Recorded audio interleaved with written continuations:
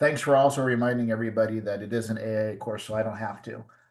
Good afternoon. Welcome to How to Achieve Sustainable Concrete Construction Through Eliminating Flooring Failures.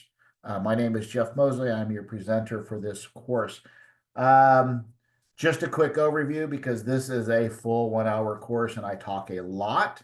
I wanted to make sure that you are aware. I am a 41-year industry experienced person, 22 years in construction, the other remaining years on the corporate side of manufacturers, technical support.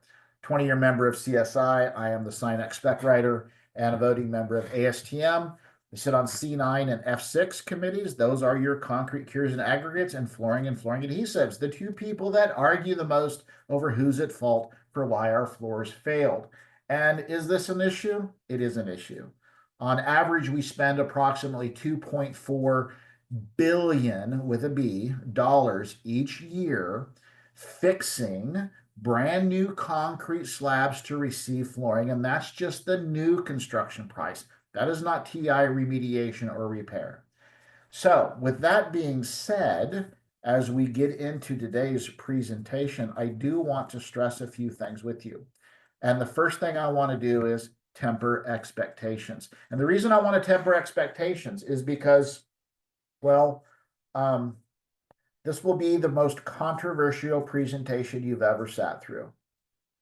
And it's going to be controversial because I'm going to address myths, misinformation, and outright lies that you have been told by the industry that keep resulting in us having to spend $2.4 billion each year that we don't need to. Now, how does that happen? Well, it's because we're fooled, right? I grew up with this quote. My dad said this to me all the time. To paraphrase, it's easier to fool a person than it is to convince a person that they have been fooled. That is our industry, right? We come to this table with bias because bias is simply, it's not a negative. Bias is what we have. It's our life experiences of what we believe.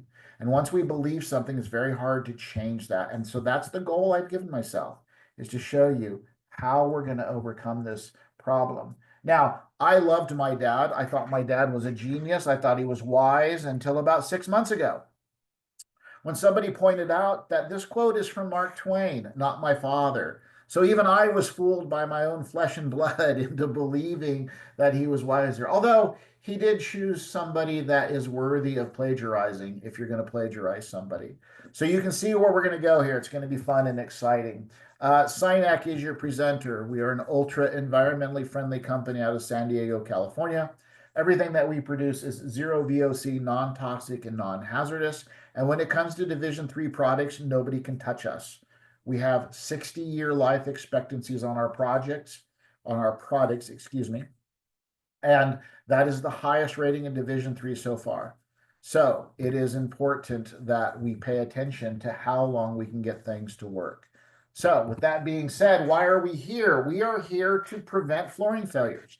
So everything that I teach, everything that I talk about can be applied to all concrete elements, regardless of where they are. They can be underground, they can be on grade, they can be above ground. It doesn't matter. Concrete behaves the same way.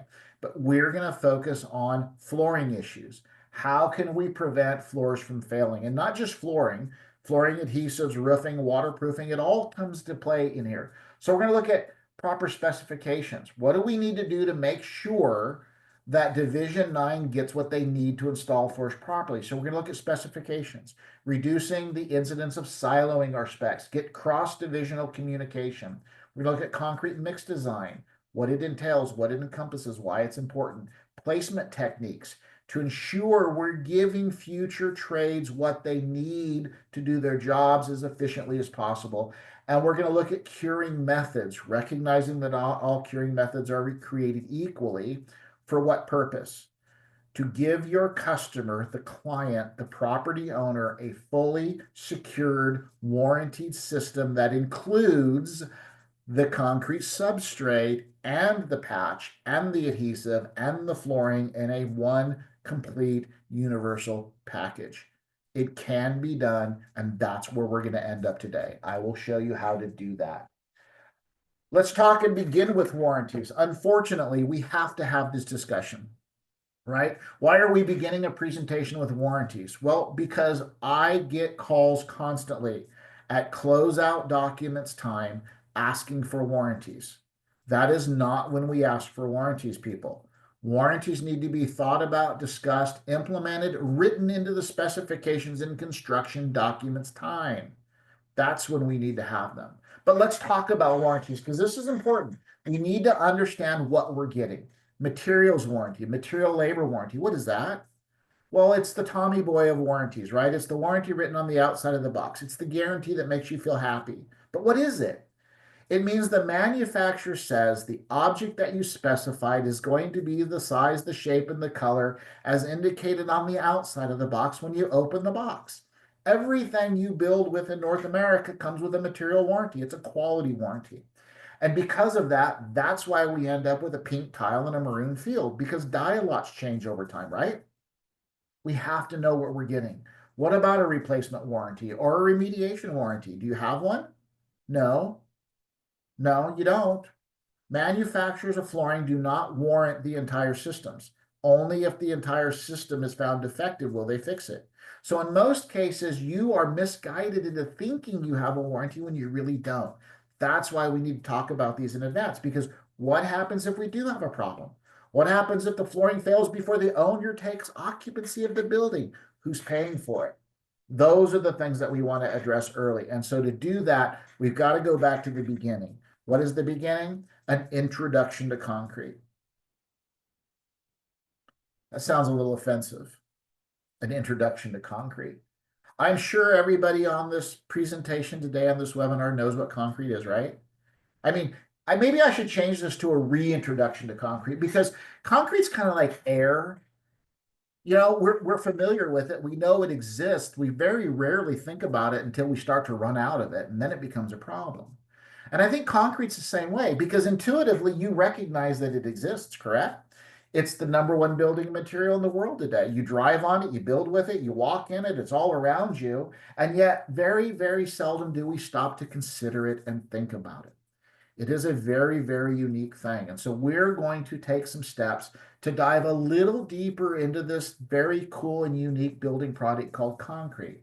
Because I believe once you understand how it reacts and how it behaves, you can positively affect its performance as it goes through its life cycle. And so those are the things that we're going to look at today. So the first thing that you need to understand is that words have meaning. And I know that seems silly to say that. And by the way, you're going to get a number of what I call duh statements in this presentation. And I say they're duh statements because if I say them, you'll go, well, yeah, everybody knows that, right? Duh, I know that. It's like saying time is linear. Everybody goes, yeah, duh, I know that. Yes, we know these things, but rarely do we contemplate them. So here's the problem that we have. Curing and drying are not the same thing, okay? Curing is a process. It is not a product. You cannot buy cure in a bucket. You can specify products under the curing category that will enhance concrete's ability to cure, but you can't buy cure in a bucket. So you have to be careful and understand how it works. Now, for curing to take place, it requires a number of elements. You need water, you need moisture inside the concrete above 80% relative humidity, you need temperature inside the concrete above 50 degrees, and you need time. Time is the bane of our existence because everybody is in a hurry, but typically you need 7 to 14 days on an average slab. Now, I'm a visual learner. I'm an absolute concrete nerd. For that, I apologize now. But we're going to have to really wrap our brains around this so that we know as we build, we can be positive and secure in what happens later. So I'm a big fan of visual illustrations, and the fire triangle really illustrates concrete curing. Not only is curing a state in the concrete life cycle, but it is a one-way linear chemical reaction that takes place inside your concrete. It really is fascinating, all right? For a flame to exist, you need fuel, oxygen, and heat.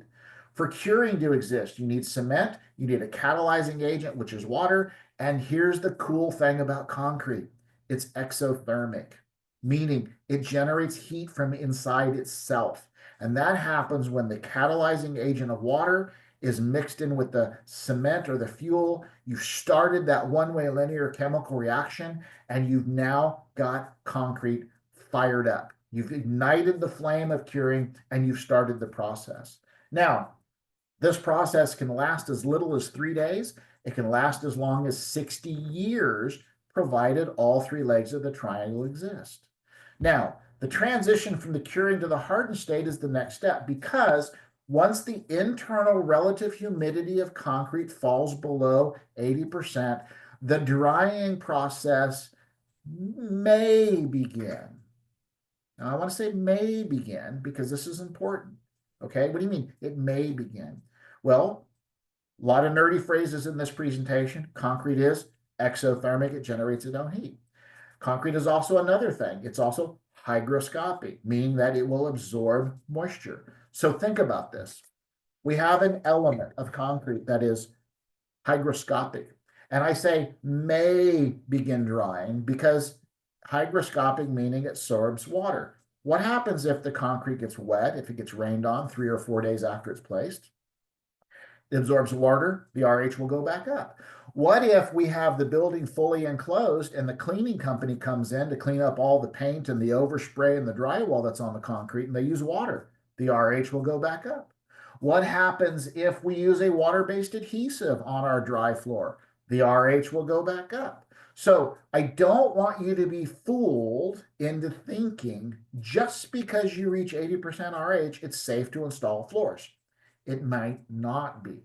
Now, here's one of those duh statements. There's no positive effect that drying has to the permeability or to the concrete itself. Now you go, wait a minute, what do you mean there's no positive effect?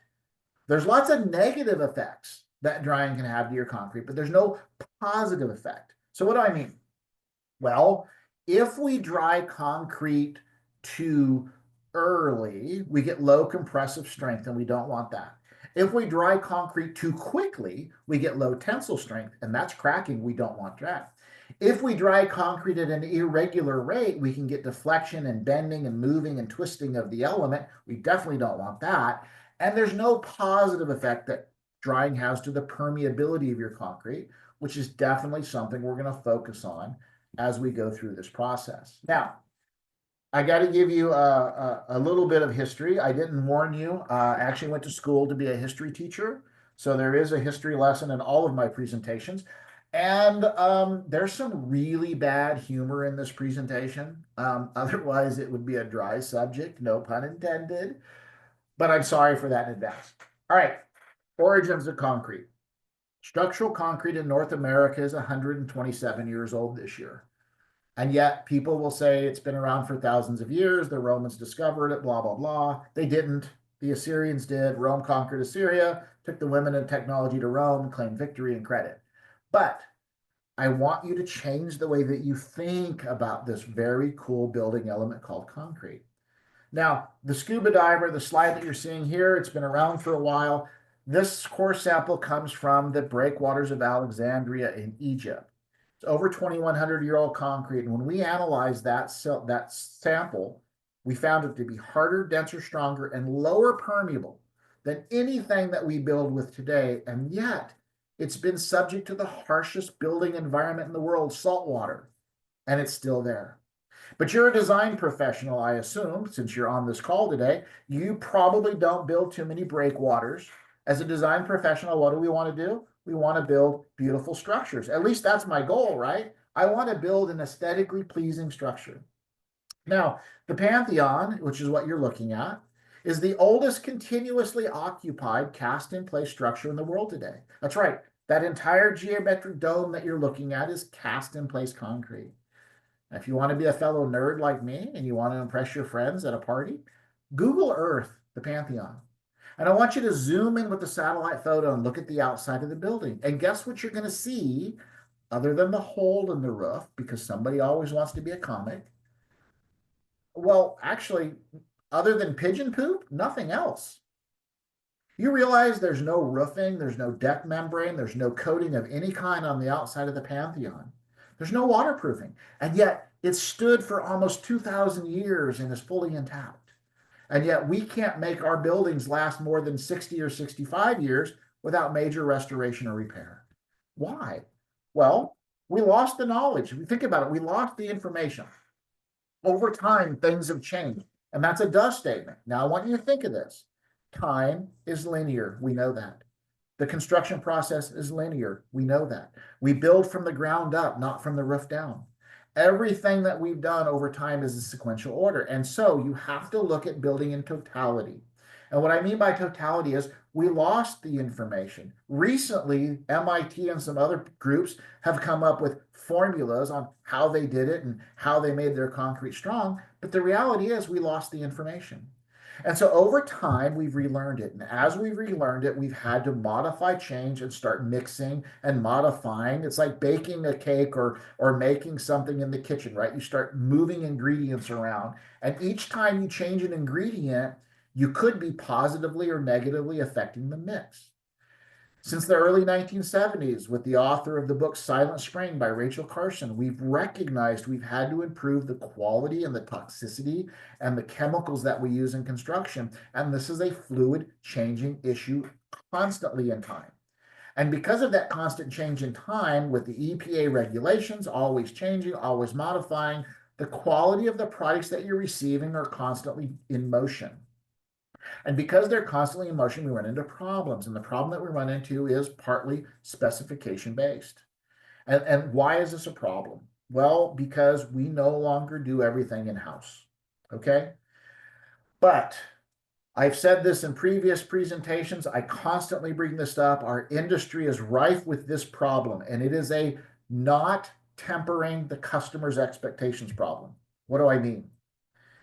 Your clients have an unrealistic expectation of your job, right? They come to you assuming that you have broad knowledge and information and accuracy of all events in time, that you know all the chemistry changes that have taken place recently and or over time, that you've stayed abreast of all the technological advances that are out there. You've integrated everything into their design, and then you're supposed to build their buildings faster than you've ever built them before for less money. And that results in problems, right? I'm a big film buff. I love film. There is a great scene in the movie Jurassic Park that explains this ignorance that we end up with as spec writers, as architects, and as design professionals. And that's in the movie Jurassic Park. There's a great scene where the mathematician Malcolm tells the people, listen, you didn't earn the knowledge. You inherited the knowledge, right? In fact, you didn't even inherit it. You got flown out here with this exciting new prospect of building this thing, these creatures, and you got so busy going forward asking if you could do something, you never stopped asking if you should do something. And that's where we are today with specifications, because I get this all the time. Well, Jeff, I'm an architect, and I really I don't pay any attention to Division 3 specifications. My engineer is responsible for that. Okay, that's great. If you don't have an in-house engineer, you've got the specification written for you, right? All is good, except you're the keeper of the master. And since you're taking the master specifications for all divisions, integrating them into a construction document to give to the contractors to build what you want them to build, you should really go back and make sure that your engineer is up to date. You have to be careful when you silo your specs out. You have to cross-reference and go back to find out if everything is current. Don't just trust the engineer to be aware of it. Engineers love math. They love steel. They love calculations, right? They may not be aware of all the current changes in the industry. All right. So let's have some fun, okay? Viewer discretion is advised. I know it is lunchtime for you guys. I'm about to show you some very graphic and disturbing images. So this, I apologize, but you have to be aware of these things, right? What are we talking about? Well, let's start with dusting, right? Almost every flooring problem you run into can be positively affected or prevented the day the concrete is placed, or within the first 72 hours. It really is essential that we know these things. Now, why is dusting a problem? I can't stick to that. Remember, I'm a flooring contractor, waterproofer, roofing guy, right? If I show up to the job site and it's all powdery, that's a change order. There's part of that $2.4 billion each year that we have to fix. So why don't we just prevent the problem from ever happening? And preventing it is to understand cause and effect. Now, the American Concrete Institute says there's 8 reasons for a dusting slab. Almost all are water related. So when I do a specification review, the first thing I do, go to part 3 in 3300 cast in place, part 3 execution, first line, bold letters, underlined, double exclamation points at both ends.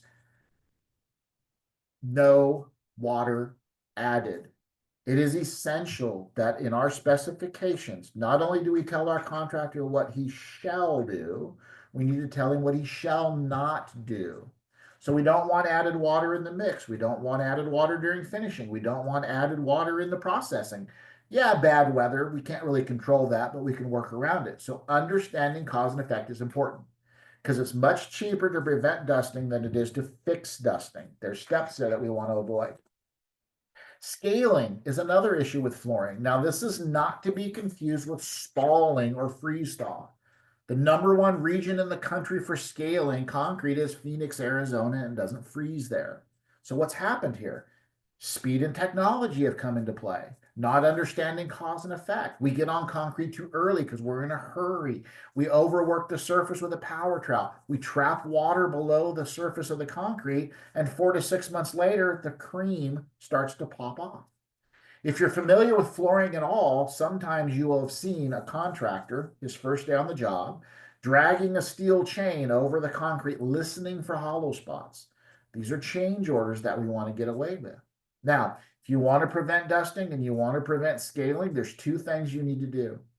After you've done part 3 execution and you said no water added, fall back to part 2, go to curing related materials in your spec and make sure you have both a evaporation retarder and a finishing aid in sequential order. Evaporation retarders come first. That's everything after float, before trowel. Finishing aids come in at troweling and after. They're not interchangeable. They're 2 different products, 2 different categories. Those 2 things alone will help reduce the incidence or prevent dusting and scaling. Now, I know there's some bad humor here, but there's only 2 kinds of concrete we build with in America: cracked concrete and concrete that's going to crack. Now, we make light of it. It's a joke, but concrete is designed to break. It's supposed to fracture. That's why we use joints. You should put the joints in where you want to, because if you don't, karma, God, the world, the universe will put them in for you, and they never put them in straight. That's why they crack. Now, this is a flooring presentation. This phenomenon, crazing or map cracking or spider cracking, it's non-structural. I don't really care about this. It's not critical to the performance of my job. I'm going to bury this with flooring. I'm going to put some carpet or tile or whatever over the top of it. Except we do a lot of polished concrete in this world. And I can tell you, as a former polishing contractor, I never convinced my clients that was an architectural feature I didn't charge extra for. So we want to prevent it. And again, finishing aids will prevent it, because all this is the surface dried too quickly. It got hot due to the friction of the trowels, and you get these micro fractures, right? They're not going to go away. So we want to make sure we have those tools. But then we get into understanding behavior. Now, this is where concrete really starts to get cool, excuse me, in a nerdy way. Notice the orientation of the cracks in this slide. They all go the same direction. And when I give this course in person, I usually ask people, well, what do you think that's from? And it's not rebar, it's not that. Here's what's happening. This is cool, okay? Concrete moves, whether through initial moisture loss after placement or thermodynamic expansion and contraction, it moves. But get this, it always predictably moves back and forth along its longitudinal axis. So what's that look like? Well, think of a sidewalk. Where are the joints in a sidewalk? They're lateral to the longitudinal run, because we know that's the direction it's going to move back and forth and crack. So Our goal then is to control this behavior. And you can actually control this behavior if you understand the function. Why is it important? Well, if you're pouring a 20,000 square foot slab, you're not dumping it in one giant blob, are you? You're pumping it. So you're starting in one corner, running up to the edge, going over and coming back, right? It's this zigzag pattern. If you put on your drawings, saw cut orientation shall follow the longitudinal pour pattern first, you will eliminate random cracking by cutting lateral to the pour sequence. So cool information to have, but we need to move because I talk a lot.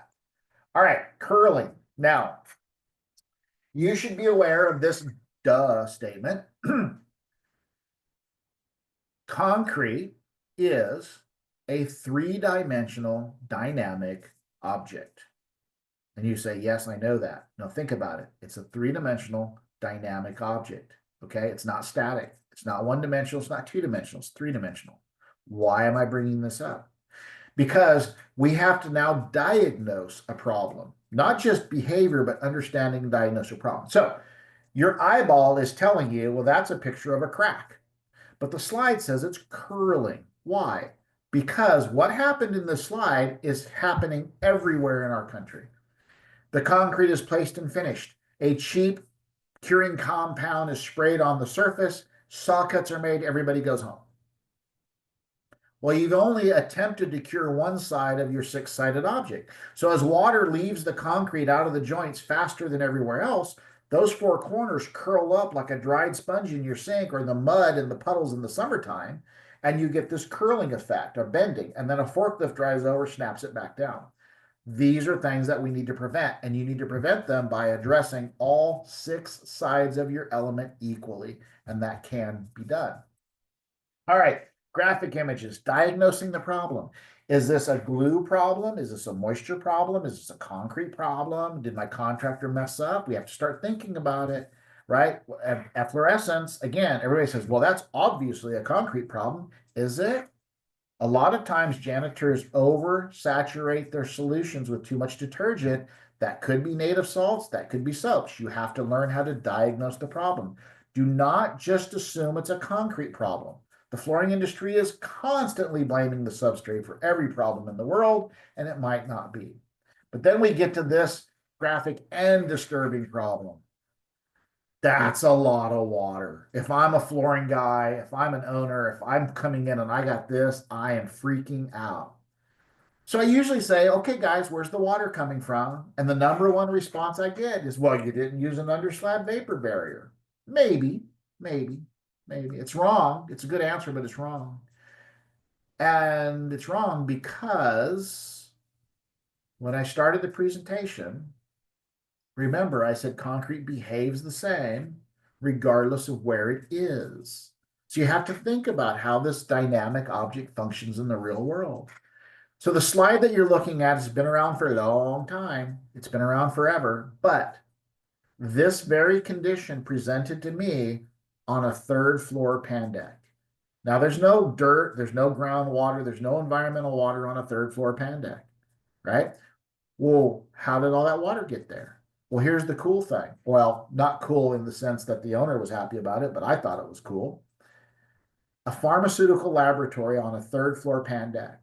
Very cold, very dry air. Unfortunately for my customer, when I was a contractor, the second floor of the building had a laundry service, had high heat and high humidity. Now, over time, the gas, the vapor from downstairs worked its way through the concrete structure, came in contact with the epoxy coating on the floor above, and when the gas got cold, it condensed and became a liquid. That becomes hydraulic pressure or osmotic pressure, causing a separation of the epoxy from the concrete. So that's important to understand because we keep running into problems with flooring systems, right? So what have we tried to do to fix it? Now, it's not a new problem. It's been around forever and ever and ever. We've tried to solve this problem over years. We started in the 80s putting plastic down, and when plastic didn't work, we started with Stego or Viper or Husky or Permanent or whatever you're using. We argue over the sand layer. Does it go above the plastic or below the plastic? It goes below it, by the way. We know water curing is the best method in the world because that's what the flooring guy always asks for, but it's not always the easiest thing to do. So we end up with this, epoxies. Well, what do you mean epoxies, Jeff? Well, now think about this. This is the insanity and the lunacy of the world that we live in today. Because we siloed our specs and because 3 is not talking to 7 or 9, I constantly find this in specifications. And you tell me if this is cost effective or timely in any fashion. Over in Division 9, I will find on new construction a moisture remediation epoxy flooring system being specified to go on top of my concrete flooring system so I can come back and install my vinyl flooring system. People, there is your 2.6 or $2.4 billion a year industry. And the previous slide just showed you epoxy systems cannot regulate moisture. And yet we're specifying them for moisture and moisture vapor related problems. And we stand back and go, why do we still have these problems? We'll get there. Okay. And inside concrete, we've developed admixtures to help reduce water cement ratios. We've modified different types of cements, all in a goal to try to eliminate all these problems from happening. We've even got crystalline waterproofing products available. And at the end of the day, thanks to Rachel Carson and the VOC rules, you're stuck with acrylic resins that may or may not even solve your problem.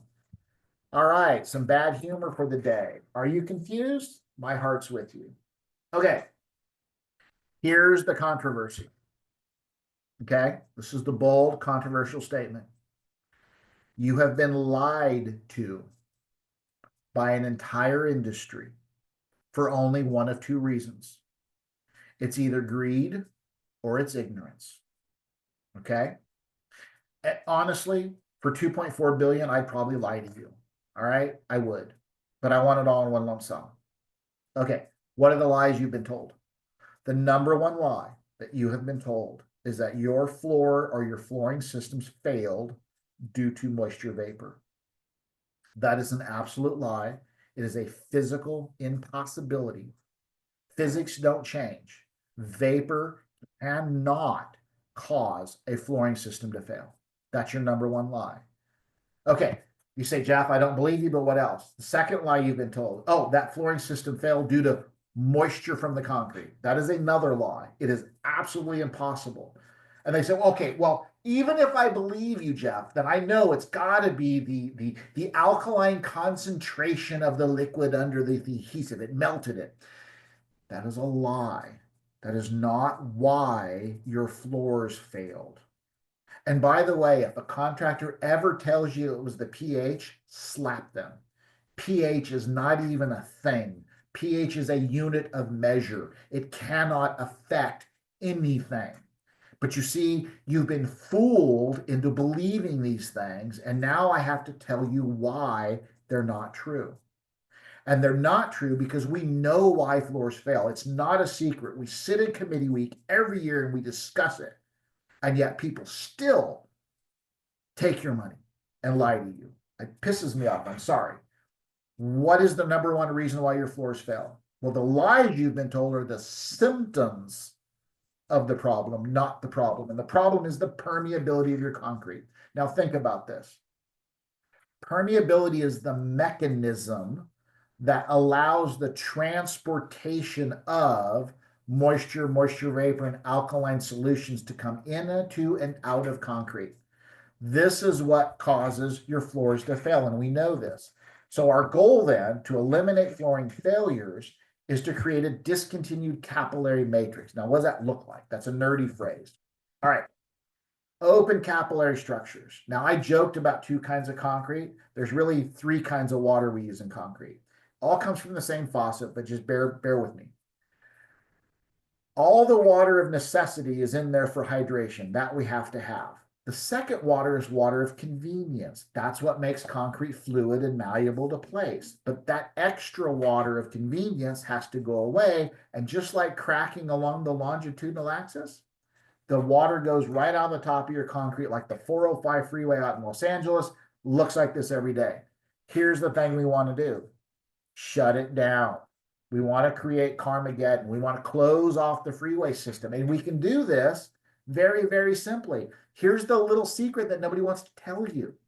Properly curing the concrete will stop the transportation. This will reduce your permeability, and we can get you to the point where you're less than 3 pounds to ensure proper flooring installation. How are we going to do that? Understand the process. You know more science about concrete than you probably ever wanted. We're going to minimize the steps and get real warranties. And here's how we're going to do it.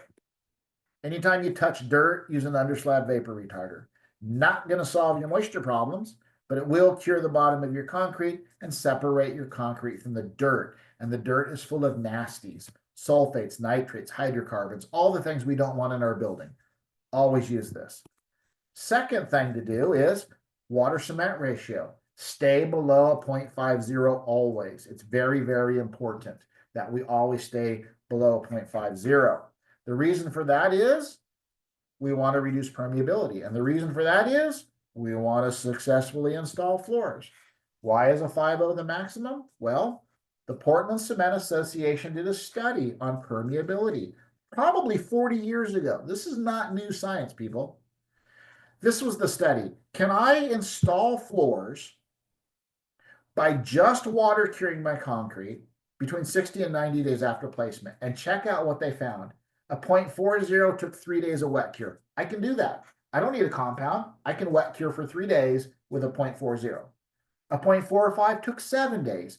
Doable, difficult, time consuming. I have to wait. Somebody's on overtime, might use a lot of water. A 0.50 takes 14 days. And you say, well, I have the time before the guy shows up. It's not about the time for drying.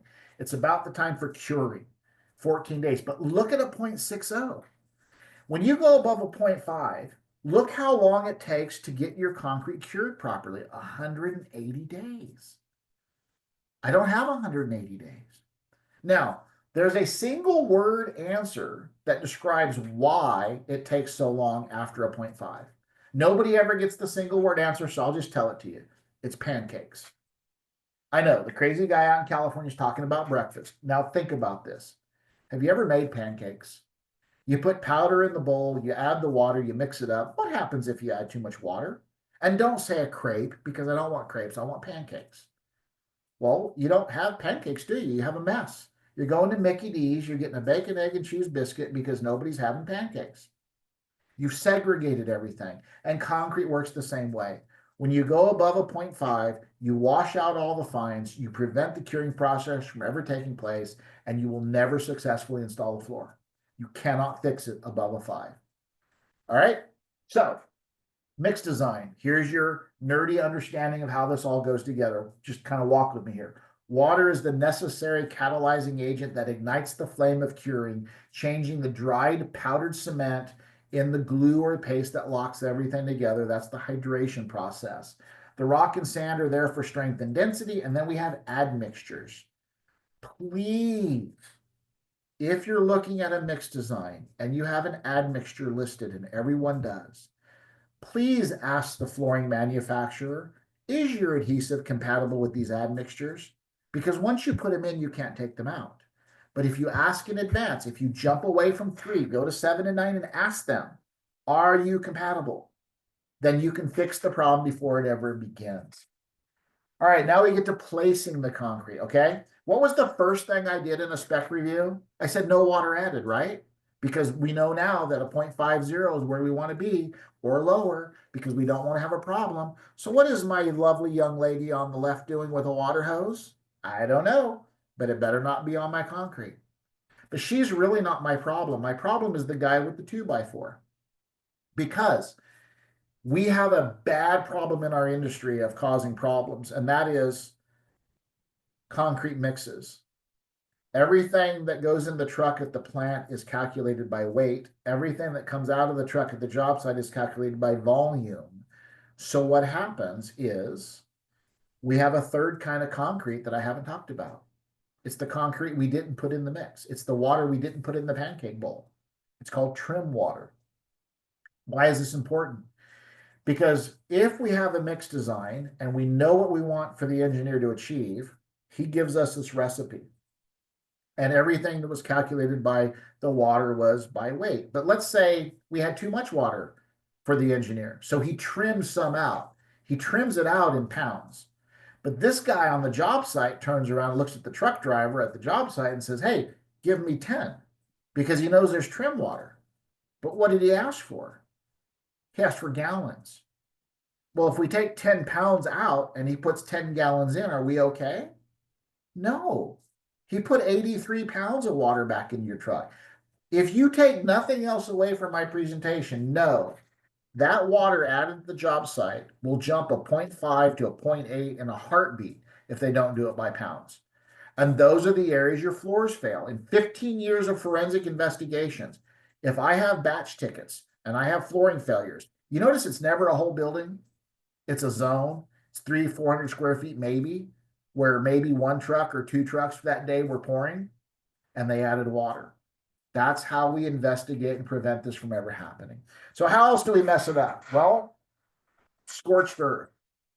There's 9 types of slab that you can build. Please ask Division 9 what class. Do they want rough? Do they want light trowel? Do they want texture? Do they want smooth? If you burnish and give me this scorched earth black concrete up there, that's a sheet of glass. I can't stick to that. I don't care what I'm doing as a flooring guy. Now I got to come in and shop blast it or grind it or make all kinds of changes. What's a hot date? Hopefully you've all had a hot date. It's the reason why I don't pour concrete on Friday, because concrete's dynamic, right? It's affected by the weather. I got dinner reservations at 6 o'clock. The weather changed. The clouds roll in. The temperature drops. I'm out there feeding the concrete, like feeding a bag of chicken feed out there, throwing cement powder around, trying to soak up concrete. What's my water cement ratio? Can't happen, right? We don't want to do that. What about blessing the slab? This seems so silly, but do you know that 2 tablespoons of water sprinkled on concrete and then mixed in the paste layer with a hand trowel will change a 5 to about a 7 on the water cement ratio? If you don't think it matters, go to your job site and look at the stub ups where the electrical and plumbing come through your slab. You ever notice the concrete's white there but gray everywhere else? Because they added water. We don't want to do that. Use a finishing aid. And finally, acts of God. You know what? Send a truck home. Don't try to place and finish in bad weather. Finishing does not mean you're finished. This is where we get the texture or the profile the flooring guy wants. Curing is the last step in the process. This is where you get to control the temperature and the moisture. It's the key to preventing problems. It's the single most important factor in achieving problems. So I want us to think about something, do an exercise, okay? Because this is really important. I need you to think about this. And for the spec writers on the call today, I'm sorry, I'm going to pick on you here in just a minute. Visual exercise with me. How many hundreds of man hours and thousands of dollars have we spent to get to this day of the job?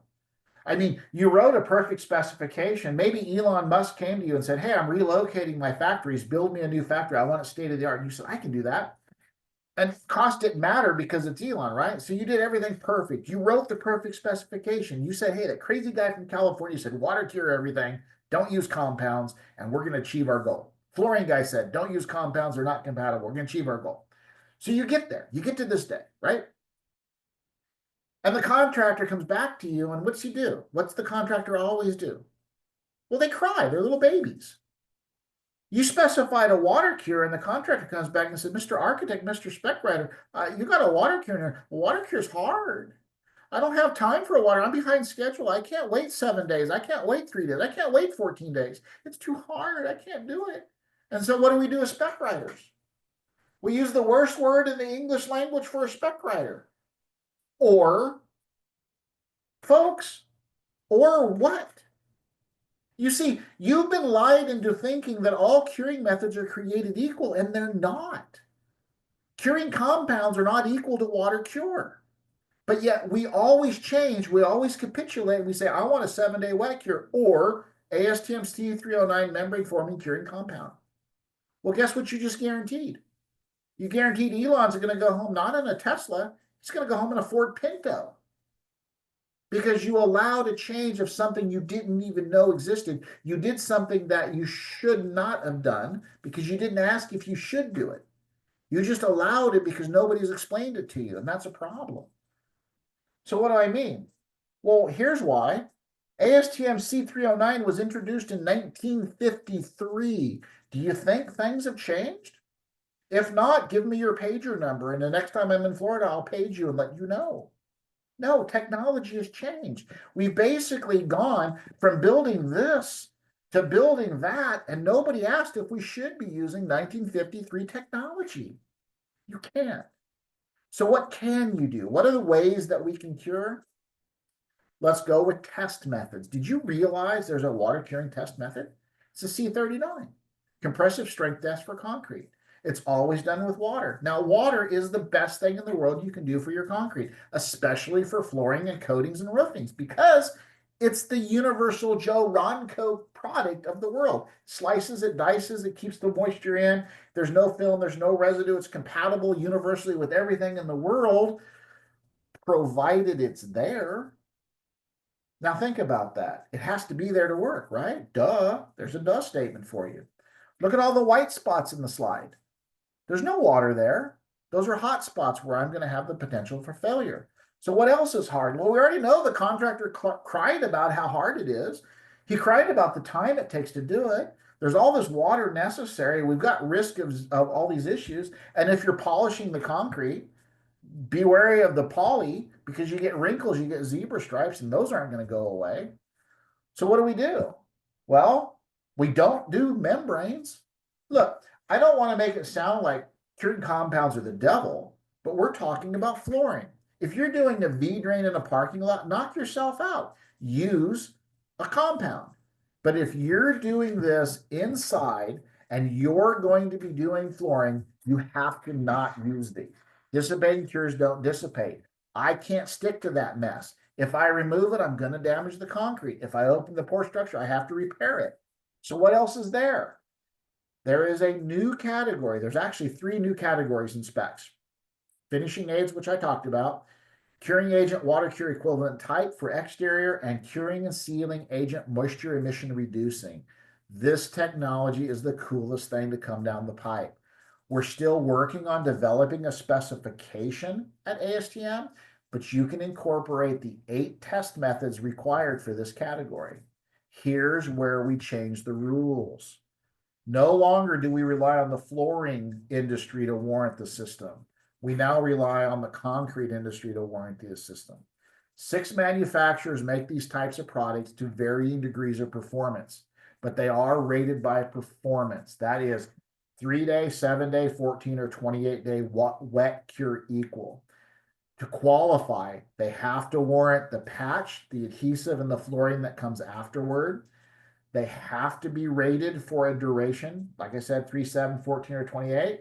You can shot blast them. You can grind them without voiding the warranty. And they're permanent, so they control curing and drying so that we get high quality concrete. Some negatives, very few meet the 28-day standard. So when you're writing a performance spec, stay with a 14 or a 7. All right. This is a visual representation of the difference. Now think about this. The water cured slabs were indoors in water for 28 days. The treated slabs were sprayed, taken outside in July in Austin, Texas, and left in the weather for 28 days. Look at the difference. I can install a floor on those bottom slabs right now. They are less than 3 pounds vapor, and they're fully cured. That's what concrete's supposed to look like. All right, let me wrap us up so we can have a little bit of time for questions. Always use an underslab membrane when you touch dirt. Always make sure water cement ratios are less than 5. I recommend a 4.245 everywhere they're out there. You've got to add mixtures, verify compatibility. If you can't water cure, consider the curing agents. They are absolutely phenomenal products that are available today, but do your due diligence. Require them to give you third-party independent data. Get solid communication. What do you need, Mr. Flooring Contractor? If you don't tell Division 3 what you want, they will give you a flat polished slab every time. I don't need that. If you follow these steps, if you properly place and finish your concrete, it will not be permeable. Permeability is the disease. That is what's causing the movement of everything. Low permeable concrete means you shut down the capillary matrix. If the capillary matrix is closed, all of the lies you've been told of all of the reasons your floors fail will no longer present, and you will have solved and eliminated your flooring problems. I'm gonna leave you with that. That ends the AA portion of the presentation. I do have a couple of questions here. I'm gonna jump in and just start here. What do you recommend as an alternative to saying or equal when there needs to be specifications that are open? So what I usually do instead of an or equal is I reformatted master format, and in the curing category, I've broken it into 3 sections. I've added wet cure method as C, and then A, B, C, D, E, water, poly, blanket, curing agent, moisture emission reducing, or curing agent, water cure equivalent type. Then the contractor can choose from those systems there. That way you ensure it without having the lack of performance. And additionally, I list 8 ASTM test methods that the products must comply to so that we ensure proper hydration and proper curing. It's a slight tweak, a little bit of argument, but cost-wise, curing agents are about 6 to 10 cents a square foot, very, very comparable to curing compounds. And by the way, curing compounds have only been tested for 72 hours. So that's important. Where did I go to school? I'm a graduate of California State University, Bakersfield. I've trained at the labs at Master Builders in Cleveland, Ohio, and I've been in the industry as 41 years field experience. So that's pretty much where I've gotten my field experience. What is the best practice to avoid cracking of the surface due to low relative humidity? I'm assuming atmospheric low humidity is the question. This is practical for large projects. Yes. So there are evaporation retarders that can be applied at float when you float the concrete, which is your bull float, or when you've screeded and rotted. Those are jargonistic terms, but before you touch it with a power trowel or before you touch it with a hand trowel. Once you start troweling, you can convert to a finishing aid. Finishing aids can be put in the tank on the ride-on power trowels. They're a friction reducing product so that we don't heat the surface. We don't increase friction, which increases tension and tears. Also, they have a tertiary cement in them as a category that helps bond and seal up the surface, preventing that crazing from taking place. I've personally done it on 1,000,000 square foot projects and had great success with it. It's very, very easy. The challenge is convincing the contractor to stop using water and start using chemistry. But we can overcome that with a good solid communication through and through. All right. That is the end of that presentation. 1 minute. I'm shocked I got it done that fast. Usually I go over. My contact information is here on this last slide. QR code for additional opportunities. If you want to go to our website, you can download a copy of my book, The Architect's Guide to Concrete. It's free. Use it as a tool to challenge your contractors. And my cell phone is also here. Please feel free to reach out anytime. With that, I got 1 minute, so I think I'm good. Thank you, Jeff. That was awesome.